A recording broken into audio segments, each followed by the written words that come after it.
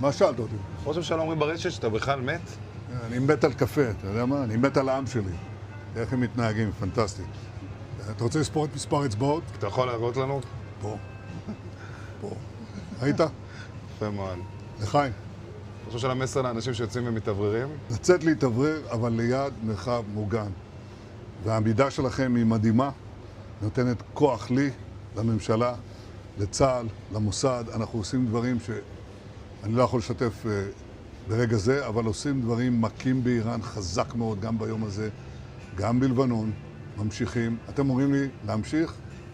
אני אומר לכולכם, גם אתם תמשיכו. תמשיכו להישמע להוראות פיקוד העורף, כל הזמן, להישמע להוראות פיקוד העורף, וגם לראשי הערים, להיות תמיד ליד מרחב מוגן. ואנחנו נקל ככל שהדבר ניתן. ותודה לך על הקפה, הוא מצוין. אני לא יודע לגבי הקלוריות, זה נראה לי מסוכן מאוד.